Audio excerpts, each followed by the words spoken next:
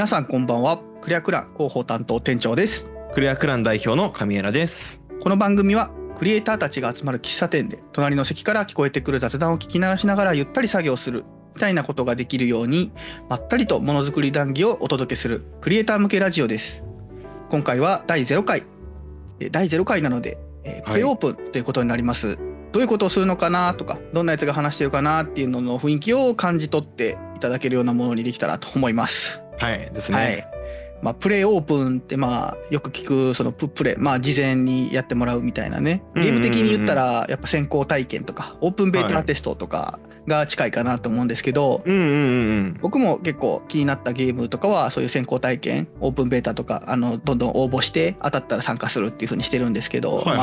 最近だとモンスターハンターが結構ありましたね、ワイルズ話題になって、もう今かと、もう来月ですもんね。そう、もう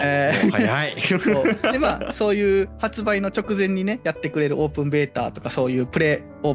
テストってかプレイっていうんですかね、わかんないですけど、そういうのってゲーム開発で言ったらどういう段階で行われてるんですかね。確かにね、オープンベータ、こういう開発のなんかベータとかアルファとかプロトとかっていろいろとこうフェーズがあるんですけど、開発フェーズが。で往々にしてそういうのうまくいかないんで、本当に理想的なオープンベータテストの話をしますね。お願いします。はい。で、理想的なオープンベータで言うと、ベータっていうのが、基本的には量産が終わってるって言われるステージでいうところの1ステージ目から10ステージある場合は、10ステージ目まで全部開発が終わっていて、ただ、10ステージまでの全体的なその難易度の調整、パラメータ、攻撃力とかの調節がまだ終わってなかったりとか、バグが残ってたりとか、あとはその処理負荷をこう最適化するっていうんですけど、まだまだこうゲームが重たい瞬間が残ってるタイミング、この技を使った時のこのエフェクトがまだ重たいみたいなのが局所的に残ってるような状態、そういうタイミングで、ベータテストっていうのをしたりはします。で、主にベータテストの目的みたいなところで言うと、多分モンスターハンターとかでもしてると思うんですけど、それぞれの武器とかアイテムとかキャラクターのパラメーターがちょうどいい状態になっているか、その強すぎない弱すぎないみたいな感じになってるかとか、あとは多分統計取ったりすると思うんですけど、そのプレイヤーがこっちが思っているプレイ時間通りぐらいのテンポ感で遊んでもらえているのかとか、そういうのを取ってみたりとかをしたりはしています。あとは感想を聞いて、難しすぎる、簡単すぎるとか、ここが面白い面白くないみたいなのを聞いて、最終調整に向けてブラッシュアップをするためにいろいろ触ってもらうみたいなことをするときに使うって感じのものがオープンベータテストという感じで普段使ったりしてますね。なるほど。僕らがどんなことしてるよって聞いてもらうのと同じですね。そうただ本当にうまくいけばなんですよ。なので、往々にしてあるのは本当にそのオープンベータテストと言っているが、量産も終わってなくてまだまだ最適化も不足していて、激重な状態でオープンベータテストしちゃったテヘペロみたいなこととかも全然あったりするので、なるほど。ちょっとやっぱこれはね、本当に理想で言うとっていうところで難しいところですよね。はい、僕も開発者側だったらそれでね、やっぱ予定通り出して、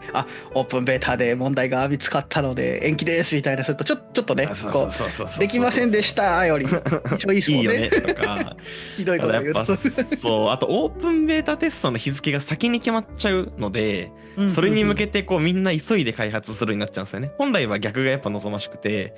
みんなで開発して、ここまで来たからって、多分スケジュールとしてだいぶこう余裕を持ったスケジュールには普通してると思うんですけど、どうしてもやっぱりこうゴールが先に立っちゃうというか、っていう感じで急ぎ開発して、なんとかオープンベータテストに間に合わせるぞみたいなんでこう物詰め込んでいくような様子をよく現場では見てますね、僕は。なるほどです、ありがとうございます。一つ勉強になりました。そうですね、このままちょっとこの話どんどん聞いて、まだまだ聞きたいこととかもあるんですけど、ちょっとそろそろ本編の方始めていこうかなと思います。では作業のお供に聞き流していってください。ラジオクレアクランカフェプレオープンです。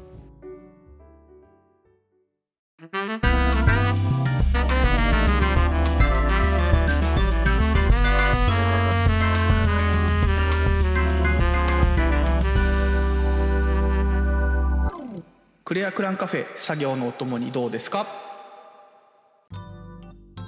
改めましてクレアクラン店長です。改めましてクレアクラン代表の神枝です。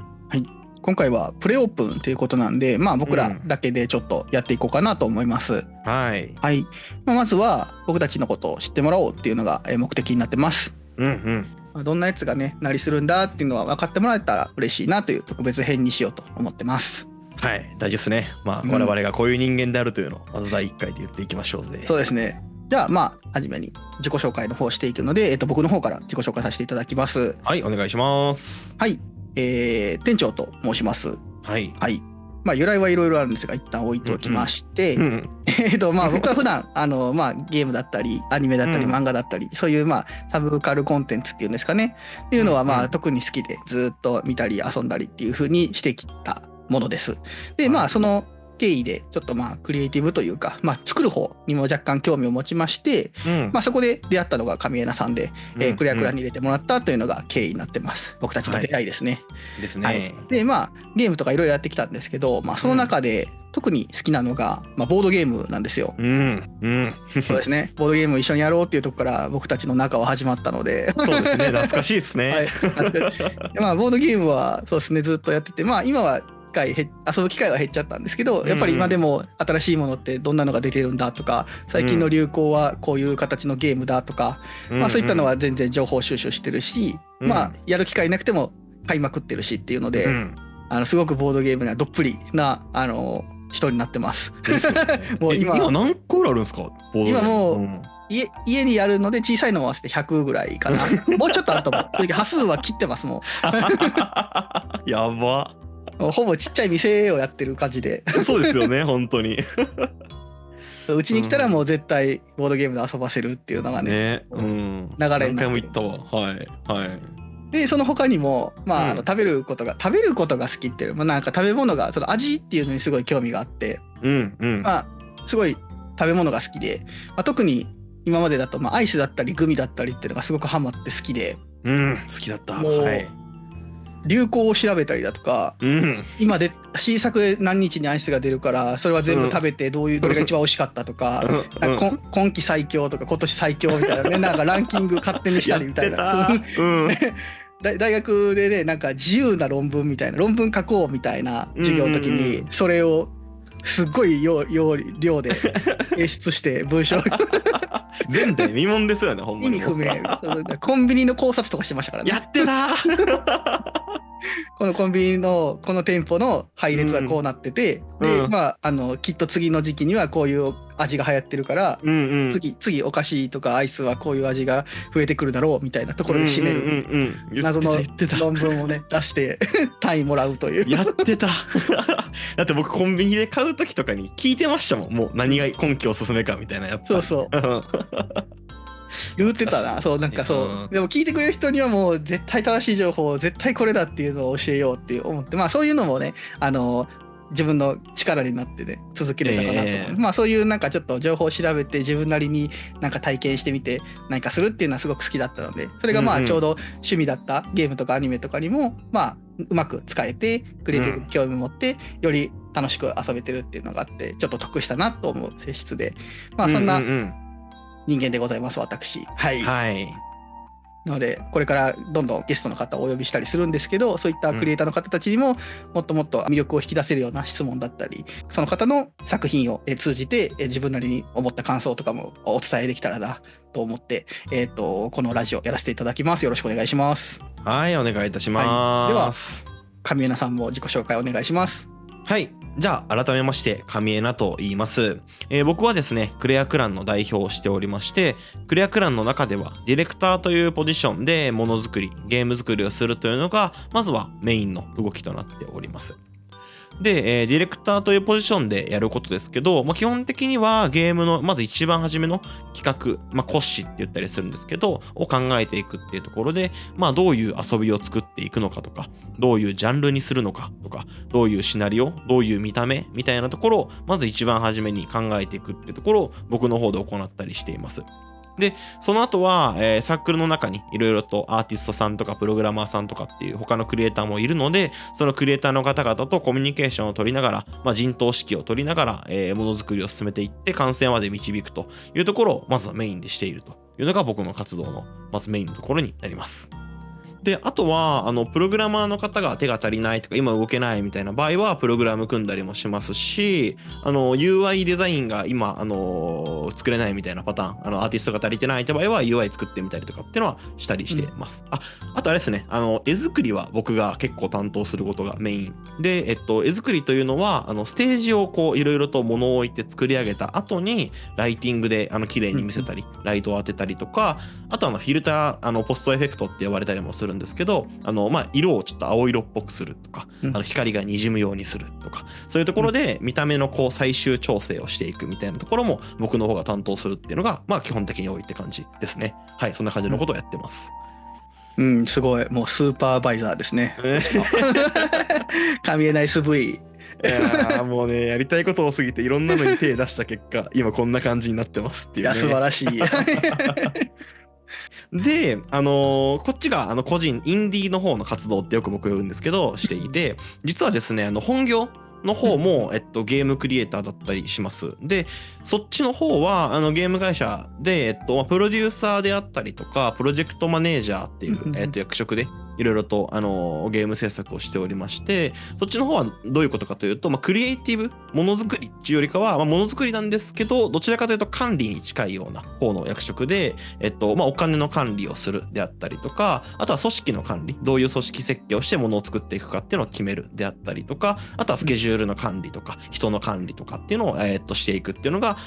ベースにはなってくるって感じですね。はいっていう感じで、ちょっと若干違うというかクリエイティブではない方面でゲーム作りをしているというのが本業の方の仕事って感じですね。いやでもそうやってね、どうやって作っていくみたいなところの全部を管理統括した状態で、じゃあ作るにはどうすればっていうのをこうちょっとあえて仕事と分けるって意味で趣味って言い方しますけど、趣味の方で発揮して、言ってしまえば僕みたいに何もわからないけど参加して、やらせてもらってるとか言うと、じゃあ次これどうするのとか、どうやって組織的形になっていくのみたいなところも全部神谷さんの方で管理というか導いてくれて、最終的に本業ではゲームとかは作ってないけど、ちょっとあえてね言い方あれですけど、素人集団が集まってもそうやって、管理というかその枠にちゃんとはめて順番通り進めていってもらえるっていう本業の方がいらっしゃることで、かなりやりやすく進められてるかなっていうのは旗で見てて思うので、これは両方ともすごく生きてるんじゃないかなと。はいはいはい、確かに今言語化されて納得したわ。確かに、これは素晴らしいシナジーがあるなって確かに。はい、そんな感じですかね。趣味はゲームやったりとか、あとはアニメ見たりとかっていう、ごくごく一般的なものから、実は写真撮ったりとか加工したりとかってするのも好きだったりするので、その辺の話はおいおいね、またラジオの回を経て話していければと思います。はい、はい、ありがとうございます。はい。では僕たちの紹介させていただいたということで、改めてね、この番組の方の紹介もさせていただければと思います。はい。でクリアクランカフェではですね、先ほどちょこっとだけ言いましたゲストに毎度クリエイターの方をお呼びして、さまざまな質問だったりトークを通じてこだわりだったり人となりっていうところを、知ってもらおうっていうか深掘りしていこうっていうようなそういった番組になってます。はい。でこういうラジオをやろうってことなんですけど、僕急に神枝さんにラジオしたいっていうふうに言われてやることになったんですけど、ちなみになんですけど、せっかくなんでここでどういうきっかけでこれをやりたいなというふうに思ったかっていうのを改めてお聞きしたいと思います。はいですね、きっかけは割とすごい単純で、皆さんもご存知かもしれないんですけど、最近冬コミというものがですね、ありましたと。2024年の12月末にですね冬コミがあったんですけど、コミックマーケットがあって、一応クリアクランもですね変わらずそこに向けてものづくりを必死にやっておりましたと。でそのタイミングで今回僕もプログラマーとしていろいろと動いてたんですけど、実装するときにこれ多分ねクリエイターの皆さんすごい分かるってなると思うんですけど、作業してると左側にアニメであったりとか誰かの配信とかを流しっぱなしにしたくなるんですよ。寂しくなってくるから。そ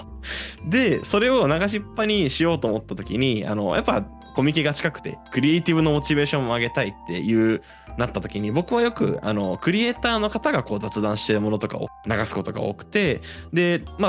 例えばで言うと、最近はイラストレーターの方がすごい VTuber としても活動されたりしているので、その雑談配信とかをこうじーっとこう聞きながら作業するってことをしてましたと。が、当然ですね、追い込み時期となると作業時間がもう何百時間みたいな膨大な時間になってきまして、はい、でただ世の中に溢れているというか存在しているクリエイター系の雑談なんてほんと一握りしかないんですよ。で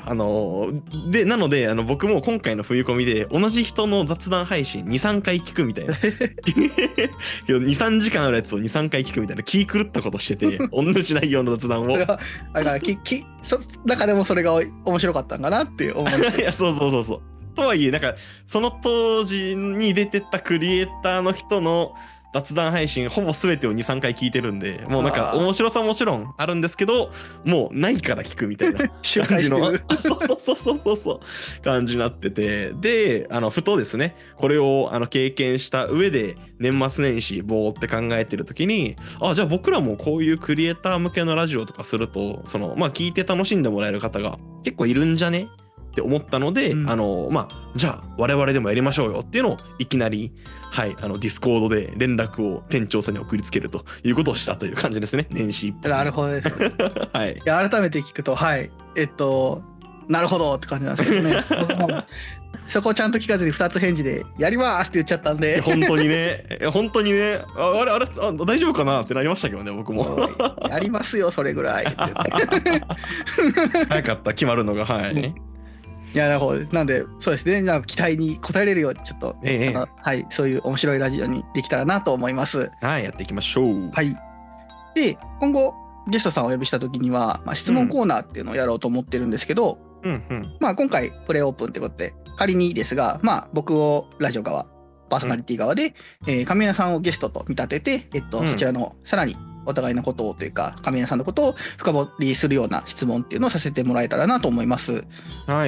はい、では早速ですが質問コーナーの方行きたいと思います。はい、やっていきましょう。はい、では、早速質問コーナーやっていきたいと思います。はい。で今回ゲストと見立てて神谷さんを、僕が質問するということなので質問を考えてきました。はい。でいろいろ聞きたいこととして4つ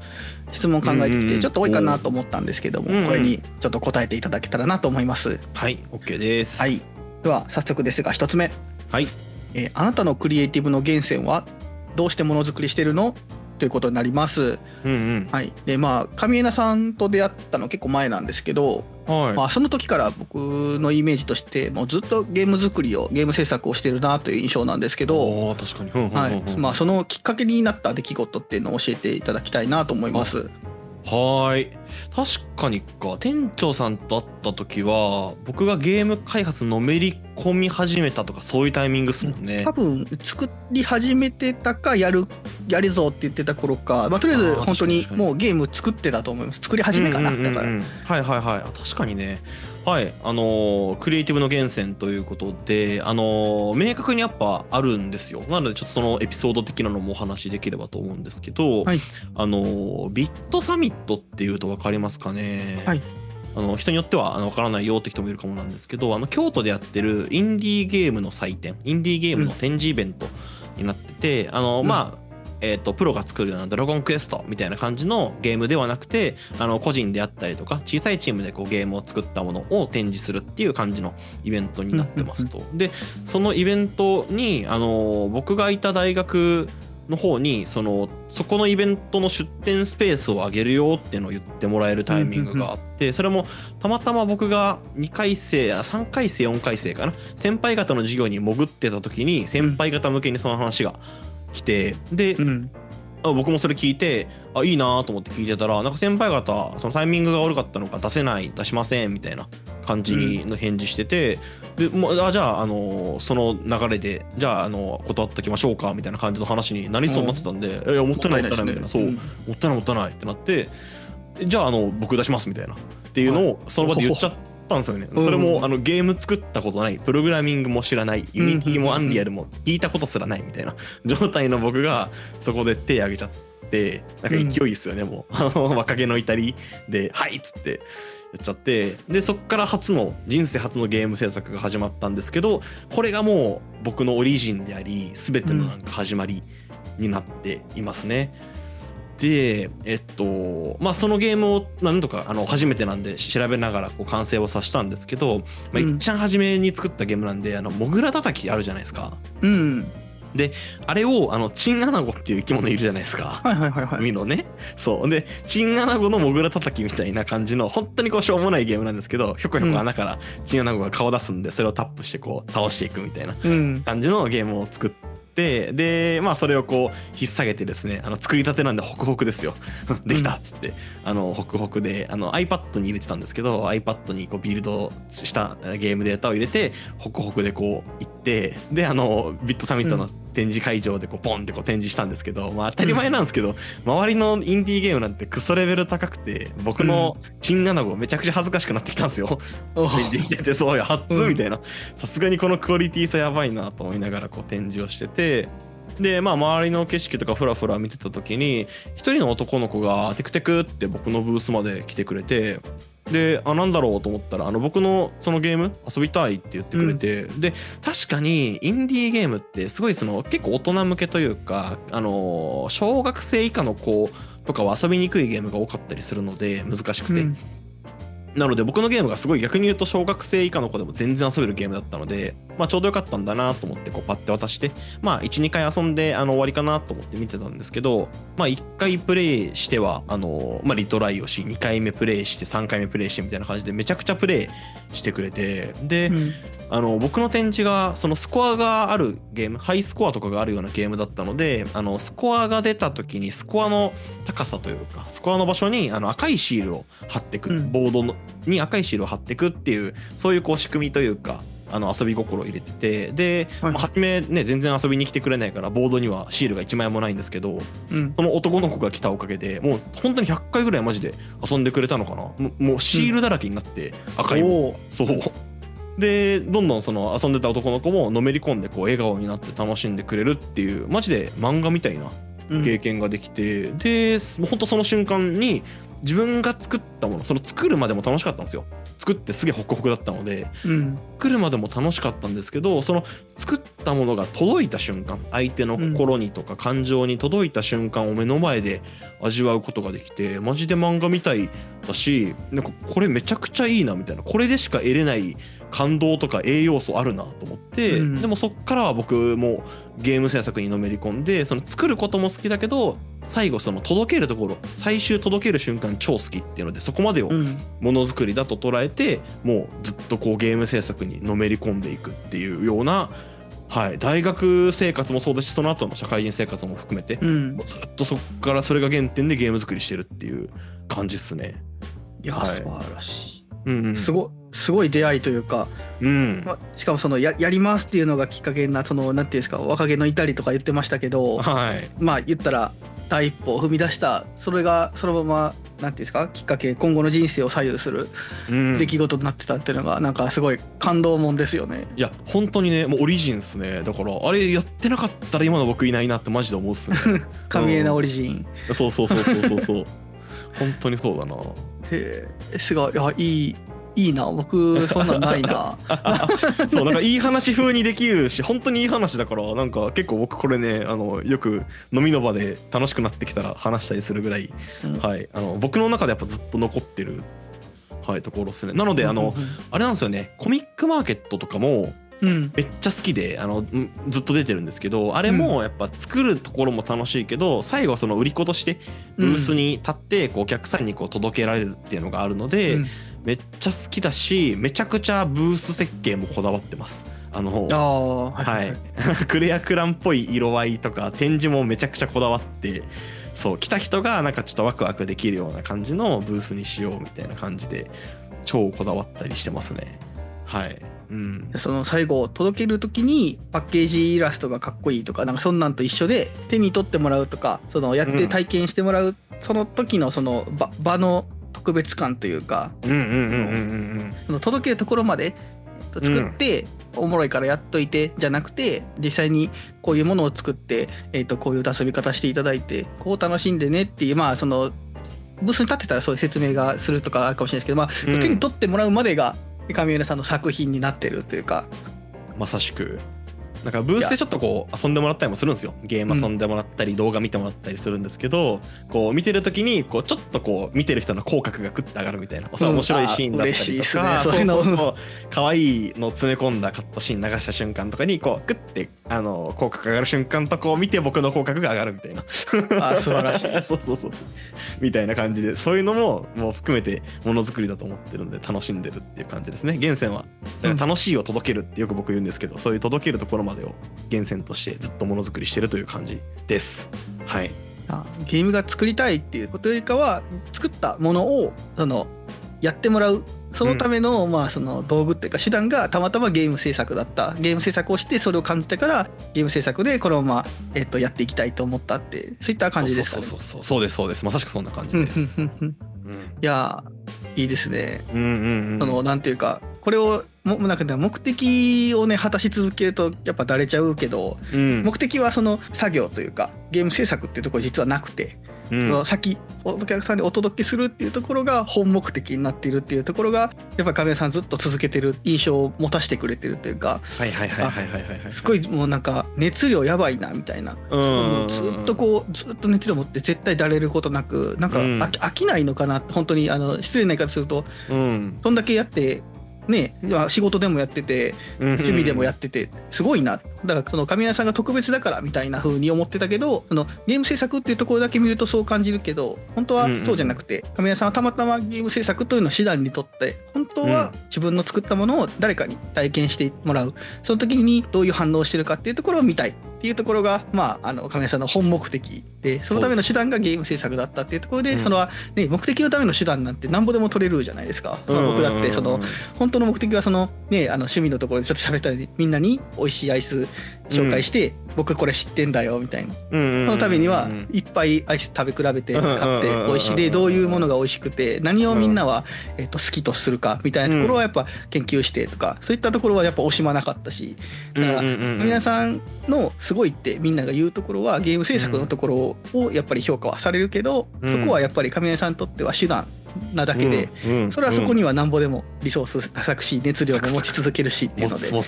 それでやっぱ人にはすごく見えてるんだなっていうのが今のこの熱量とその源泉っていうところを聞いて、納得したなっていう、なるほどっていうふうに思ったので、確かに僕も言語化してもらって分かりました。僕もすごい今理解が自分の理解が今自分的に深まったって変なんですけど、確かにゲーム作りが僕目的じゃないから、手段だからゲーム作り飽きないんだなっていう、なんか今すごい腑に落ちましたよ。ありがとうございます。言語化してもらえると確かに分かりやすいですね。確かにね。それがやっぱり凄さの理由みたいなところがあるんで、ちょっとそういったところはじゃあ本当はこういうことしたいんだけど、その先にある何かを目的にして本当にしたい作業っていうのを手段に変えてしまうっていうところをもしかしたら行えるとライフハックじゃないですけど、確かにね、もうちょっと続きやすいし、違う視点を見てね、力のかけ方というかそういったところのねバランスが取れて、もっといいものをもっと作っていけるんじゃないかっていうところも今思えたので、僕も何か活動していく上で、このラジオでもいいですけど、何か目的と手段っていうところは考えながらちょっとやってみようかなっていうふうに思えたので、いや勉強になりました。ありがとうございます。一緒に見つけていきましょうよ、店長さんの目的と手段も。いいっすね。はい、ありがとうございます。一つ目の質問でした。いいな、1個目これからね始まってやっと上村さんのベースが分かったので、いやよかった、1個目にこれ持ってきてよかったなとすごく我ながらとしてこういう話あんましたことなかった気がするから、確かにちょっと珍しいこと言ったかもな。我ながらファインプレーだったなと。いい質問でしたね。じゃあ早速ですけどまた次の質問に移らせていただきます。はい。でそうやってクリエイティブ続けてるうちでだと思うんですけども、2つ目の質問としては、クリエイター同士のつながりを増やしたいときにどうすればいい、どうしてるという質問になります。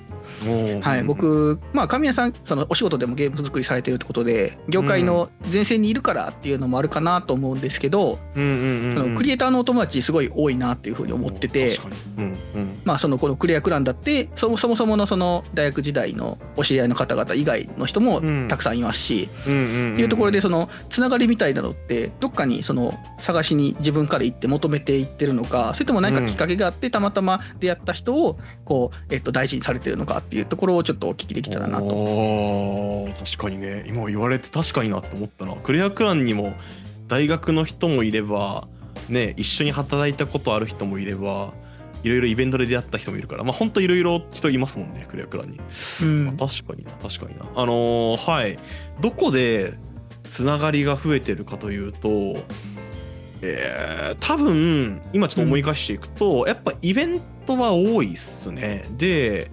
どういうイベントかというと、ゲームジャムハッカソンって言われるような、3日間とかでゲーム作るぞみたいなイベントがあったりすると思うんですけど、例えばそういうところに行って、で一緒にこうものづくりをして、そこで即興で5人ぐらいとかでチーム組んだりするんですけど、そこの一緒のチームメンバーだった子がすごい波長があって、ゲーム作り今後も一緒にしたいねってなって、うちのサークル来てよみたいな感じになったりとか、まあサークルに来る来ないは置いといたとしても仲良くなって、そのからこうクリエイターとしての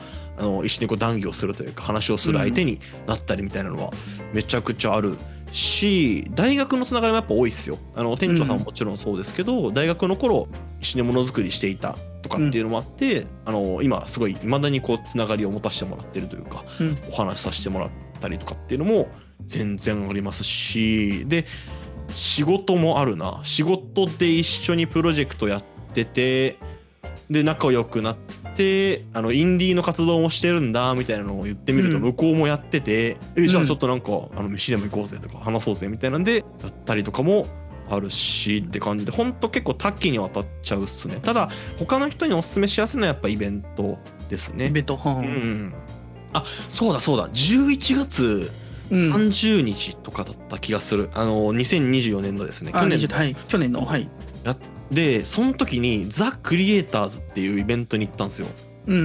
そうで、これ何かというと、秋葉原でやってたイベントで、それはゲームだけじゃなくて、ゲームクリエイターももちろんだけど、漫画家、声優、VTuber、イラストレーター、音楽家みたいな、もう何でもあり。そう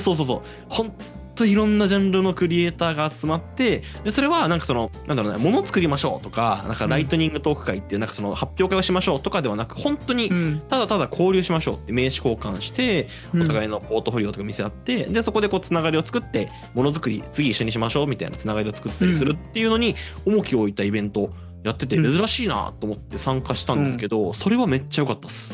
すごい。なんていうか、その業界的にそういうのがあるみたいな、会社同士とかそういうのがあるっていうのは聞いたことがあったんですけど、もちろんその会社の人でなんかフリーランサー探しに来たとかもあるとは思うんですけど、そういうのじゃなくても、前言ったら本当に個人で、自分のまあ言ってしまえば趣味の延長でちょっと作品作ってこう世に発信したりとかしてるだけの人もそこにたくさんいたってことですよね。そうです。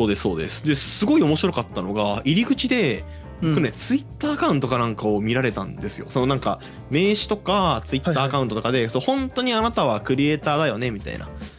一応やっぱ確認はあるんですね。そうあって、で何がいいかというと、それでなんだろうな、ものづくりに熱量がある人だけがちゃんとこう来るような場になってるんですよ。なのでそのハードルが超高くてしんどいとかはもちろんなくて、ただ僕はクリエイターでものづくりをやってて、ここにつながりを求めてきたっていうのがちゃんとこうフィルターとして通して、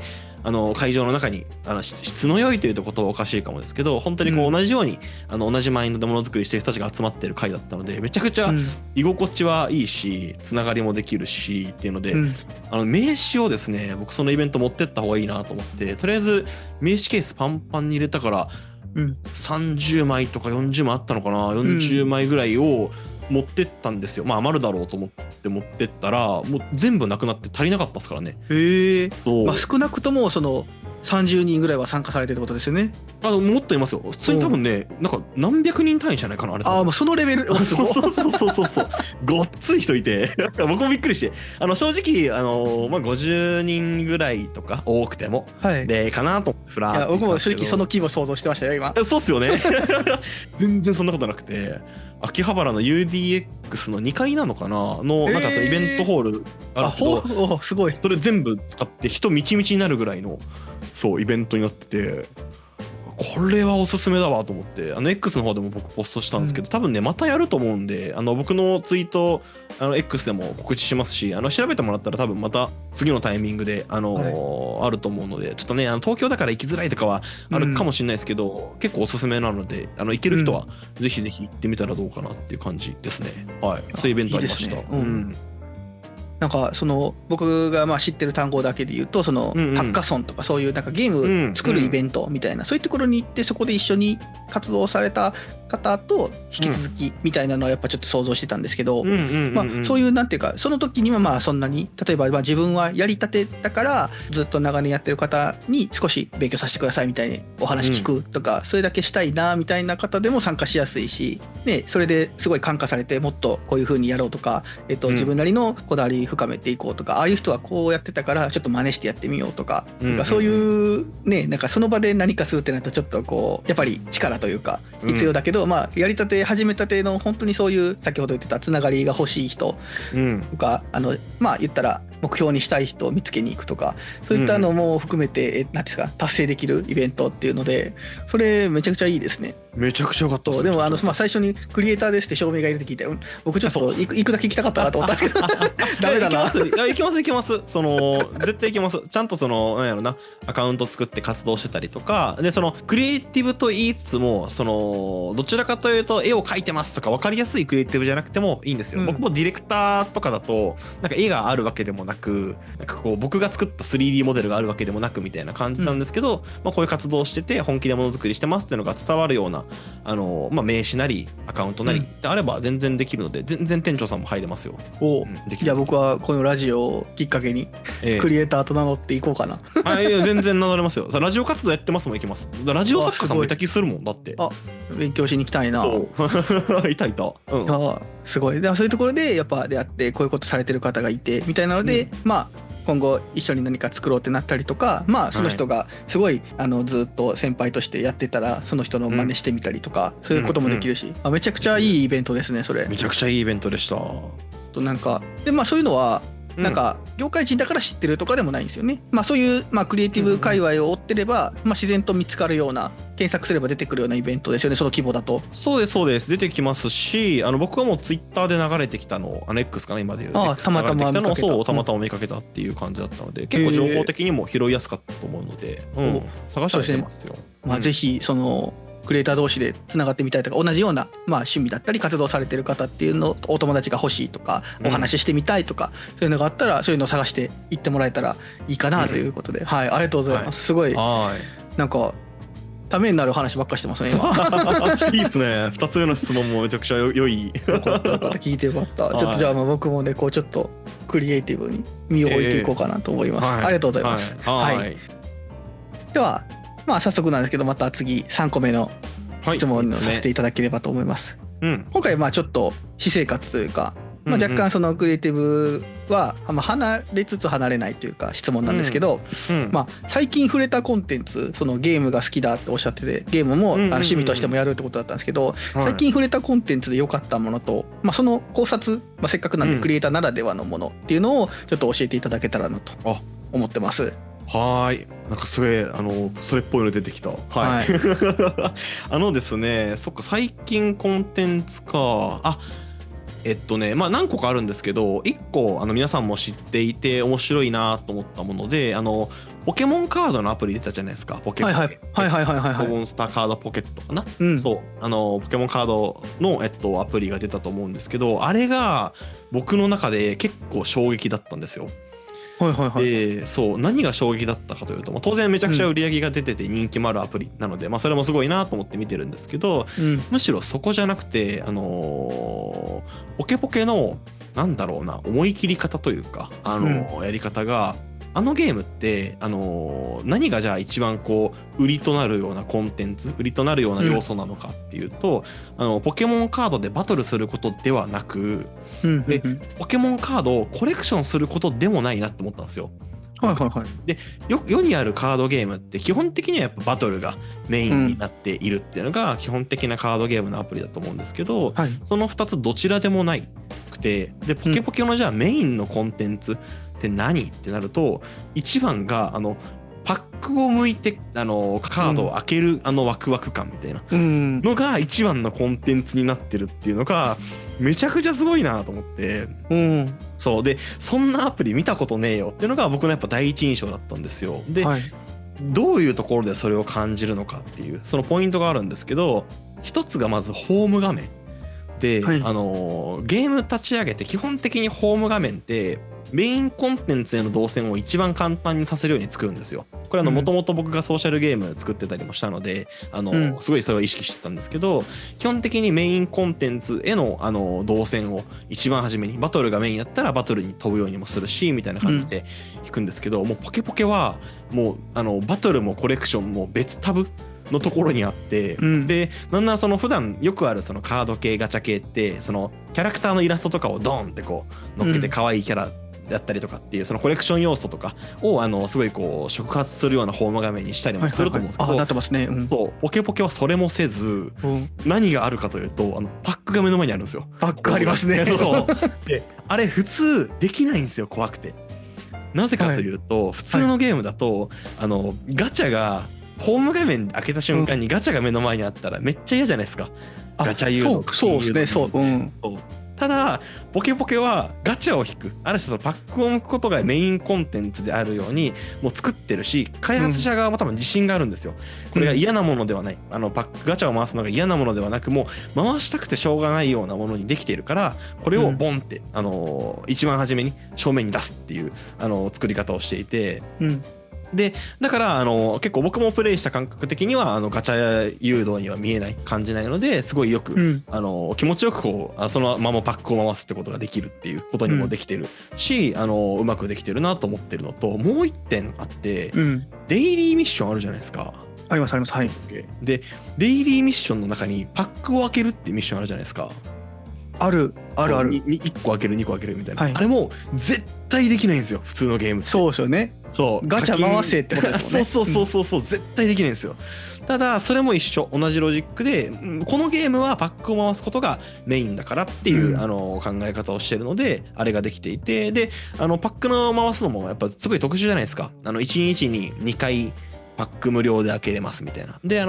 プレミアムパス入るとさらに開けれるんですけど、っていうある種その今までのポケモンのゲームってポケモン GO、ポケモンスリープを例に出すと、ポケモン GO は実際こう外に出たっていうお客様のユーザーのライフサイクルに合わせて、外に出た時にレアなポケモンを見つけたらゲットできるっていうライフサイクルに入ってる。でポケモンスリープもライフサイクル的には寝る時、起きた時っていう寝るっていう睡眠のライフサイクルに引っ掛けてるっていう。でポケポケもその系列だから、ただのアプリゲームじゃなくてライフサイクルに引っ掛けていて、で1日に2回、12時間ごとに確かパック開けるので、1日に2回こうパックを開けるっていうワクワクがこうずっとポケットスマートフォンのポケットで体験ができるっていう作り方をしてるので、もう圧倒的にこうパックを開けるということをライフサイクルに入れて、それをしかもこう楽しくなるように演出あるじゃないですか。パック選べますとか、ちょっと見ると曲がってるのがあるとかっていう、僕らもカードゲームやった人分かると思いますけど、パック開けるときにこうちょっと選んだりとかして開けるときのワクワクあるじゃないですか。あれをデジタルで本気で再現するみたいなのがマジでここまでやりきるのすげえなそうっていうのがすごい感動したので、ポケポケがそう今最近で言うと一番やっぱ感じた面白いなっていうコンテンツですね。いやそうです。僕も実は紙のポケモンカードやってるんですよ、今も。今もというか今特にドモハマりしてやってるんですけど、ブームがその確かにそのパック開封は診断出るたびに何千回何万回やってきてもやっぱり楽しいですね。で正直カードゲームプレイヤーになればカードショップっていうのがあるので、正直1枚ずつ本当に欲しいカードだけ買えばいいんですけど、そうじゃなくてやっぱ新しいパックは剥きたい。その欲求はやっぱりあるので、それの楽しさを普段カードゲームしないような方でもポケモンっていうすごく触りやすい IP を使って体験できるっていうところに重きが置いてあったんだっていうのを今言われてみれば納得だっていうところで、やっぱりポケモンカードやってたから、そのルールが遊ぶ時のカードゲームのルールが違うっていう風にやっぱり発表当時あって、ありましたね。なんだこれはみたいな風にちょっと思ってたんですよ。でやっぱり今までの今世に出てるちょっと別のゲームの名前出しちゃうと、遊戯王のマスターデュエルだったり、デュエルマスターズのデュエプレだったり、ああいうのってやっぱり普通のルールをそのまま手元だったりパソコンのウェブ上でできたりっていうところがまあ魅力。そうですね。言ってしまえば相手がいなくてもコンピューターが相手してくれるっていうすごいカードゲーマーとして嬉しいところをついてくれてたんですけど、まあこれはだからデュエルリンクスみたいな、遊戯王の最初に出たアプリゲームのデュエルリンクスみたいに簡易版なのかなと思ったら、そうでもなさそうっていうのがあって、何が目的なんだろうってすごいちょっと思ってたんですよ。確かに。でまあ新規イラストだったりちょっと可愛いイラストのカードがレアで出たりして、これはポケモンが好きな人がコレクション用のゲームだなと思ってたんですよね。けどまあ確かに言われてみれば、そのうち勝手に集まるし、そんなものは。そうパック向く面白さの方がまあパックあんだけある中選ぶっていう行為確かになと思って。で僕はまあカードゲーマーとして日々パックを向いてて、で基本的に箱で買って上から向いていくんであんま選ぶとかしないんですけど、確かに他の一般ユーザーってちょっと言い方あれですけど一般じゃないみたいなあれ、まあ、普通の方はどれにしようかなって選んで、電車とかでも見かけてもどれにしようかなって選んで、これが当たるんやみたいな迷信とかをやってくれたりとかしてポンって選んで、そのまま綺麗に線の通り向いて何が出たとかやったりしてんで、確かにあれパック開封一番楽しんでる。その後だってそのままバトルしようとか、何当たってあと何持ってないねみたいな話もじゃあ次はあのパック開けようで、なんていうか、それをなんかねポイントで交換しようとかじゃなくてパック開けようっていう話につながるので、なるほどパック開封がメインコンテンツかって確かに気づけそうで気づけなかったんでいや聞けてよかったなと今思って、ちょっと僕これからポケポケの話するとき、自分でさも気づいたように話しますわ。でじゃあもしかしてなんですけど、一個ちょっと気づいたのが、まあ配信者とかってああいうゲーム話題の出たらもう重課金して引くほどコンプ目指して回すじゃないですか。けどあれ一気に何個も向けないというか、課金金額全部使えないじゃないですか。きついですポケポケは。あれってさっき毎日向くのが楽しいし、日常に組み込むためみたいなこと言ってたじゃないですか。ってことはあれは何歩以上使わないでねって子供のご使用を止めるようなシステムかなと思ってたんですけど、じゃなくて1日で向き切らないようにしてるってことなんですかね。そうだと思いますよ。僕もそれ思ってて、あんだけなんだろうな、レア度の高いものってマジでないですよ。クラウンレアとか。なのに課金結構早い段階で止めてた気がしてて、でもちろんまあお子様に向けてガチャっていうものをやりすぎるの良くないよっていう止める意味合いもまあもちろんあるんだろうけど、多分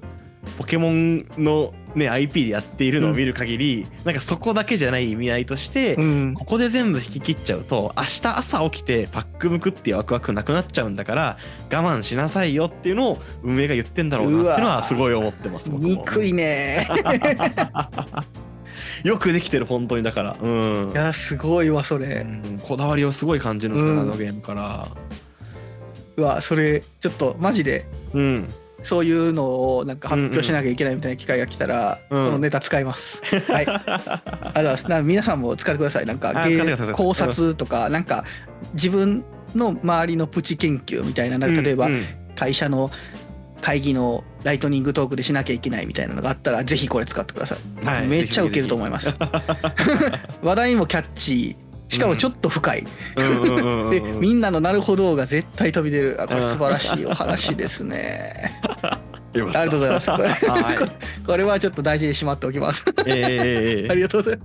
ます。僕もポケポケやってて、まあそうですね。ぜひねポケポケやってるってすごい言いやすいし、それでねなんかカードパックのパワー溜まってたりしたら、そこで向いて僕のやつ引いてを代わりに引かしてとか、そういうのもあって交流もできたりして。できる。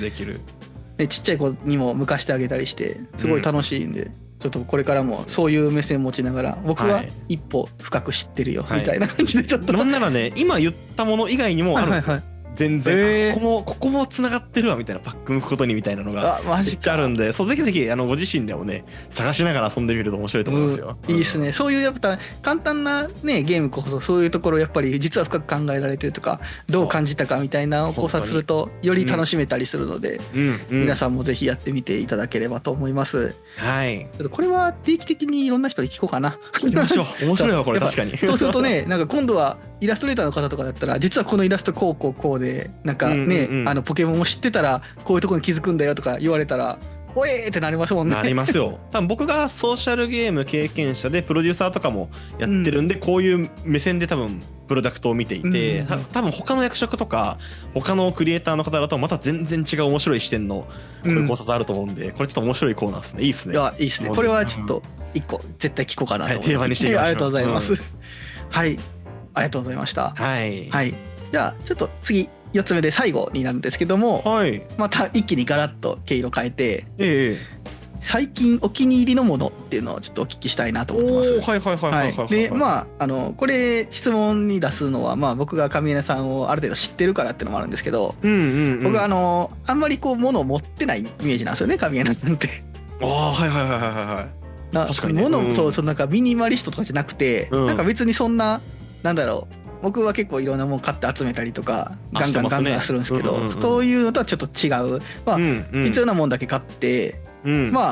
人にお勧めされて良さそうだったら買って、その最小限しかいらないとかではないけど、あんまりこうガンガン物欲を満たしていくタイプじゃないなと思ってて。確かに。そんな中でそんな上枝さんが今お気に入りとして使ってるもの、買ったものみたいなのがちょっと聞けたらなと思います。ああ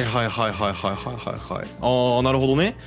それで言うとクリエイティブ関係のものとそうじゃないものがあるので、それぞれちょっと話をそうですね、両方聞きたいですね。行くんですけど、1個が最近買ったものではなくちょっと前に買ってもずっと使ってるもので、そのクリエイティブ関係ではない方のものなんですけど、アロマディフューザーをですね、実はあまり似合わないんですけど使っていてそうあんまそういうの使うキャラじゃないんですけど、実は使ってて、でだからオイルを直差ししてボタンを押すだけで香りが広がるっていうやつなんですよ。でなんで使ってるかっていうと、これ話したけどクリエイティブに勝手に結びついていっちゃうんですけど、やっぱ僕企画職とかプロデュース職なので、頭を使うのがベースなんですよ。でこれ多分ねなんか同意してくれる人多いと思うんですけど、シナリオ考えてたり新しい企画とかプロジェクト座組考えたりしてる時に、一回思考し始めるとなんかリラックスしたかったりとかもう寝たいとかっていう時に止まらないんですよ、思考が。でなんかずっと頭回転し続けて、そのベッド入ってもなんかこのアイデアいいってなったらすぐスマホ取り出してメモって、また寝ようとするけどまたスマホ取り出してメモってみたいなことしちゃったりとか、あとゲームしてたりとかリラックスしてる時も同じようなことをしちゃってて、で結構これ良くないなっていう、そのオンオフが全く効いてなくて良くないなって思ってて、実際脳みそも疲労してきていいアイデアも出なくなってっていう時期があって、どうしようってなった時に、なんかの記事かなんかで見たんですけど、その香りっていうものがある種その脳みそにも脳みその大脳変形かな、なんか特殊なところに直に作用して、その感情とか本能みたいなのを司ることができるっていうのを聞いて、へーって思って、でリラックスする香りってあるじゃないですか。あるラベンダーとかそういうのそう聞くので、じゃあちょっとそれ試してみるかと思って試してみたところ、もう効果てきめんで、特に僕はだったんですけど、そう思考めっちゃしてたのが一瞬でこうリラックス状態になって、寝るのも寝つきめっちゃ良くなったし、リラックスもしっかりできるようになったので、ちょっとねオイルとか値段はするんですけど、全然それ以上に費用対効果あるわと思って、もうこのアロマディフューザー1個買って使っててめっちゃ気に入って、で今2部屋あるんですけど、部屋がこれ部屋ごとに欲しいわってなって、もう1個同じの買って2つ稼働してますずっとでもそんなさ、ずっと匂いさせてたらそのオフなくてずっとオフにならへんって思いますよね。いい質問ですね。マジでこれ僕がやったのが現役のタイプって言ったじゃないですか。で、生活の木っていうところの、メーカーのものを使ってるんですけど、僕が使ってるやつがその匂いが押した瞬間にブワーって強く広がって、でその後はすぐに収束するタイプなんですよ。よくあるアロマってなんかその煙で水入れてフワンフワンフワンって回してずっと長いこと回し続けたりするタイプとか、なんかずっと切れるまで出てるイメージ。そうとか、あとなんかあるですね、瓶に枝刺して枝と木の棒を刺して匂いずっと出してるやつとかあると思うんですけど、あれはおっしゃる通りでずっと匂いが出ちゃうので、でしかも慣れてきちゃうのもあってリラックスってなりづらいんですけど、僕のやつはもう今だスイッチポチッと押すと匂いのもう玉というかもう液体の元素が振動で空気になって気化されてブワーって広がるタイプなんで、一瞬で強い匂いが出てすぐにこう収まっていくっていうタイプのやつなので、ちゃんと切り替えができるタイプなんですよね。それも選びました。なるほど、さすが。そうめちゃくちゃいい質問でしたねなのでおすすめなのはそうですね、原液をそのまま使うディフューザータイプというか気化式って言ったからなんか名前あったと思うので調べてほしいんですけど、そのタイプのものを超おすすめします。はい、後で URL 送っといてください。送っときます。はい。あれたらこのラジオの概要欄とか貼れそうだったら、そうですね。概要欄に貼っときましょう。はい。なんかあれですよね。アフィリエイトではないです。全く案件ではなく、踏んでも僕らにお金は入らないんですけど、ただただおすすめしたいというので貼っておくので。神枝これ買ったんや。それだけです。それだけ。なので全く1円も入ってこないですが、ぜひぜひ踏んでもらってという感じ。なのがごめんなさい、話長くなっちゃいましたが、これがクリエイティブではない関係と言いつつ、なんか最後クリエイティブに結びついたけど、クリエイティブじゃない関係のものがこれで、もう一個がクリエイティブ関係がプリンター買いました。それもえぐいやつ。えぐいやつ。えぐいやつ。複合機みたいな。複合機っていうのかな。どちらかというときっかけがあって、コミックマーケットによく出てるって言ったじゃないですか。でコミケでロムの販布、ロムっていうそのゲームディスクの販布をしてるんですよ。作ったものを CD、DVD に焼き込んでパッケージ印刷して、でそれをこう形にしてカセットっぽくしてこう渡すってことをしてるんですけど、いつもですねDVD が真っ白だったんですよ。白ですよね。そう自分の家でやるから、どうしてもこうパッケージはね DVD の周りのラベルみたいなものは作れるし挟み込んでってできるんですけど、表紙はいいと。ただパカッと開けたらこう白い DVD があるみたいな、その届いた瞬間でしかもこうテンションマックスの状態でパカッと開けて白 DVD でテンション落ちるみたいな感じのことにずっとなってて、でずっと気にしてたんですよ僕が。やだなと思って。でちょっと奮発して DVD 印刷ができるプリンターを買おうっつって最近買って、この冬込みはなんとねパカッて開けても真っ白じゃない可愛いメイナちゃんっていうキャラクターなんですけど、キャラクターがこうクレアクラのキャラですね。そう映ってるっていうロムをついに出すことができて、もう超すげえ超テンション上がってるっていうのがそのプリンターですね。いいっすね。いやわかりますわかります。やっぱりねゲーム買ってきて、その帰り道とかにねパッケージおよびちょっと開けて説明書読んだりして気分高めつつ、最後やっぱディスク入れるまでがゲーム買ってきたまでですよね。やっぱりあれですね。それは一番最初に聞いたお客さんにどう届けるかみたいなところの神枝流というか、そこがやっぱりこだわりというかですよね。どう届くかっていうところをやっぱ考えてるからこそ、白いままじゃいけない、白いままでもそういうところって、ある程度お客さんがもう割り切ってたり仕方ない、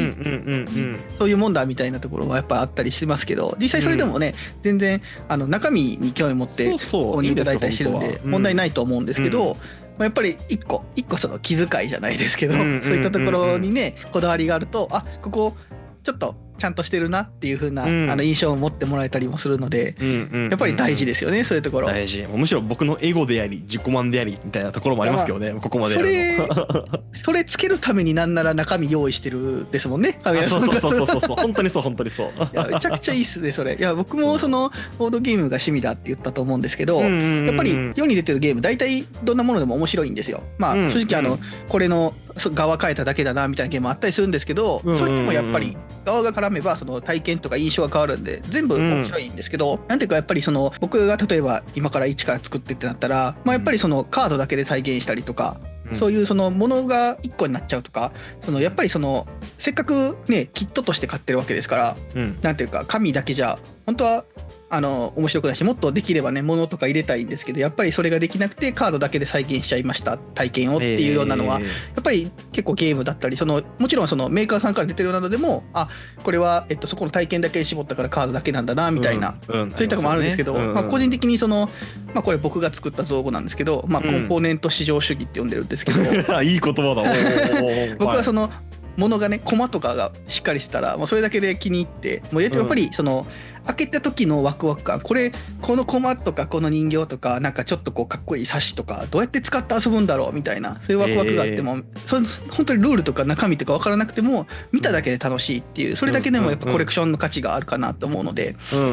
やっぱそういったところに力が入ってるとそれだけでいいなと思って購買意欲につながったりとかっていうのは全然ある、僕も実体験としてあるので、やっぱそういうところこだわってるとやっぱなんかプラスになるかな、お互いに売ってる側としても作った側としても買う側としてもプラスになるかなっていうところで、いやすごいこだわりだし、僕としてもすごい好きなこだわりなのでナイスとか思いながらいやそうですね、いや本当そのために買ったので、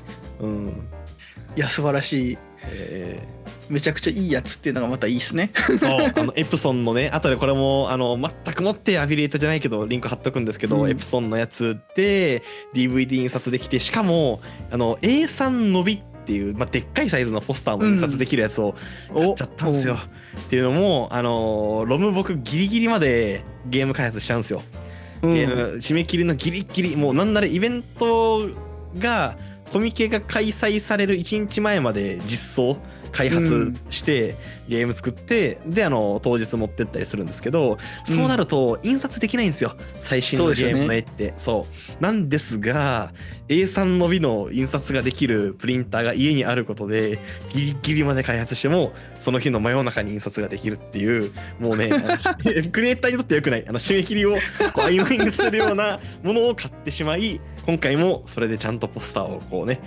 用意するってことができたので、素晴らしい、そういう意味でもめちゃくちゃいい。ぜひ展示を普段する方にはちょっとお高いですが10万ぐらいしたんじゃないかな。ちゃんといい買い物ですね。そうやつなんですけどめちゃくちゃいいんでちょっとリンクを貼っとくので興味ある方はぜひはい神江なこれ買ったんだっていうまた見といていただければ。そう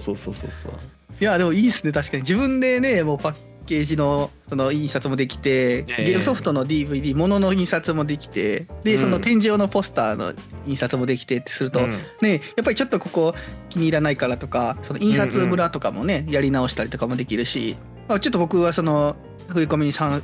加っていうのはあんま経験がないんであれなんですけど、やっぱり締め切りが本来の日じゃなくて印刷所の関係で何日までみたいなやっぱ皆さん言ってたりするじゃないですか。部数とか最後本として閉じる作業とかも含めて結局やってもらった方がいいとかあると思うんですけど、そういうのは我々本じゃないので、それが簡易にできるってところもあり、本当にね前日まで作業ができるっていうのはこれはタイムイズマネーじゃないですけど、時間を作る行為ということで、いやそれはやっぱり最初に言ってた届けるためのこだわりとして、そこにはリソースも熱量も全部かけるっていう神谷さんのゲーム制作の姿勢っていうのが反映されたいいお買い物だなと聞いててちょっと思いました。惜しまないですねそこは。さすがです。いえ。はい、いやありがとうございます。はい、これでそうですね、改めて神谷さんに聞きたかったことっていうのは僕の方では以上になります。濃いな、いいですね。濃いな、楽しかったです。いろいろ聞けてなんか、すごい勉強になったし聞いてよかったと思って。だから僕も喋って言語化したことで僕の中でも整理できたりもしましたしね、すごいいい質問だなと思いましたね。はい、ありがとうございます。では、以上で質問コーナーでした。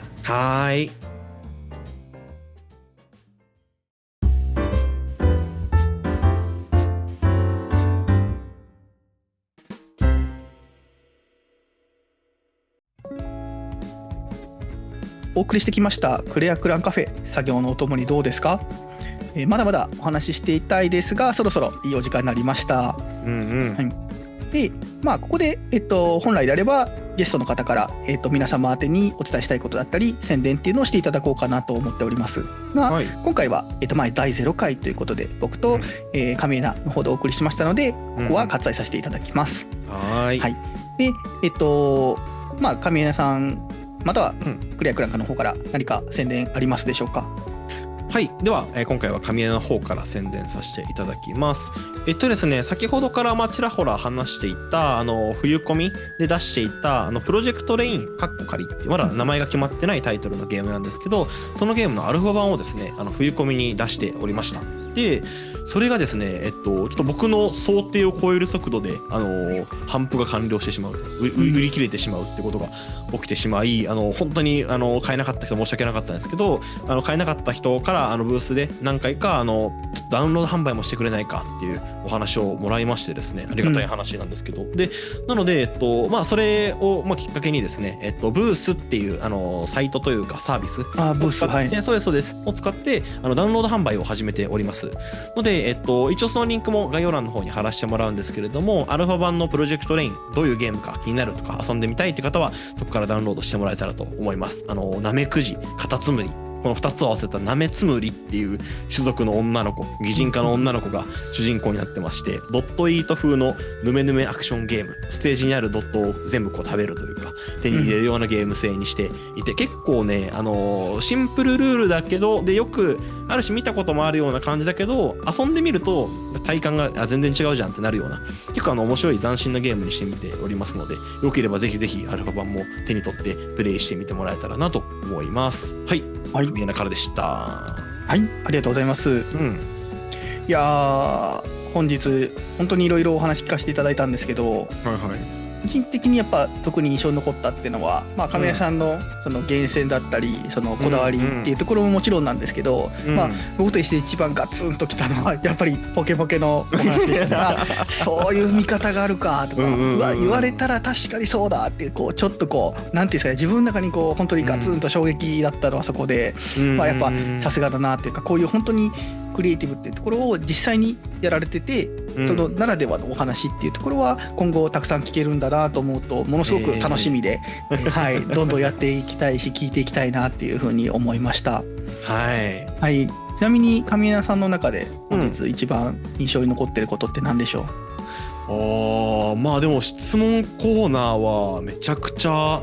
なんか掘り下げてもらえたというか、なんかあんま僕が普段言語化しない、あんま発信もしないようなクリエイティブに関するこだわり、思っていること、考えていることってめちゃくちゃなんかここで発散できたなっていう感覚があって、で次回以降ゲスト来てくれた時に、ゲストにこれを、次僕も聞いていく立場になるので、聞いていくってそうなるとなんかめちゃくちゃ楽しみだなと思って、どんなのが出てくるんだろうみたいなのが、次回がより楽しみになったっていうのが。いやそうですよね。そう、今回僕が4つというか、全部質問何しようって考えたんですけど、ちょっと次回以降は神谷さんにもこういうのを聞きたいなっていうのがあったら、ぜひ質問出していただければなと思います。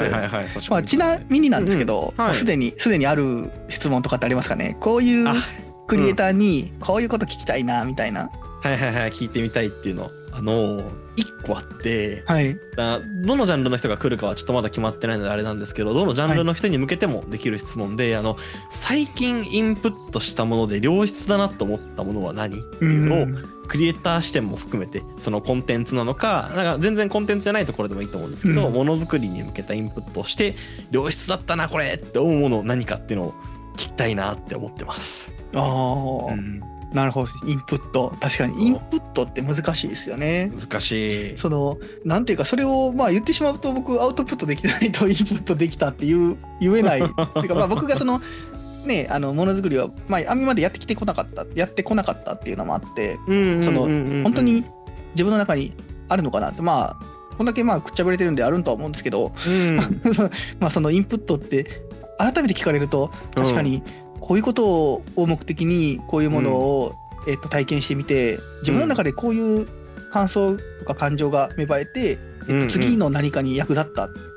ていうふうに改めて思い返したり考えると、よりそのことを理解できるしっていうので、そうですね、インプット、そうですね、今後やっぱり大事って言われるし、アウトプットのためにはすごい数のインプットがいるっていうふうにお聞きするので、やっぱりそこ常日頃アウトプットの作業をされてるクリエイターの方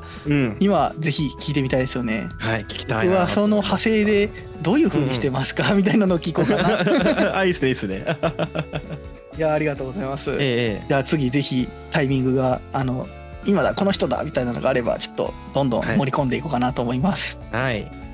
はい、ありがとうございます。ではそうですね、もういいお時間になりましたので本日はこれにて閉店になります。はい、ここまでのお相手は店長と神谷でした。次回からもよろしくお願いします。それではさようなら。さようなら。バイバイ。バイバイ。